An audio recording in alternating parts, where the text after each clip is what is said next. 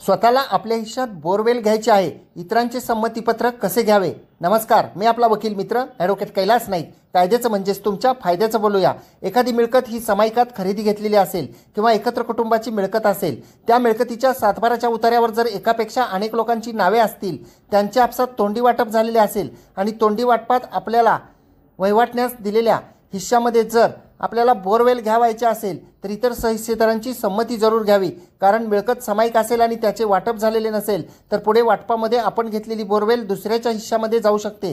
त्यासाठी जर आपण समायिक उतारा असेल आणि आपसात संमतीने तोंडी वाटपाने एखाद्या बाजूचे क्षेत्र वहिवाटीत असाल तर त्यामध्ये कोणतीही डेव्हलपमेंट करीत असताना, बोरवेल विहीर घेत असताना इतर सहिस्सेदार यांचे संमतीपत्र जरूर घ्या. ते संमतीपत्र नोटरी करता येते.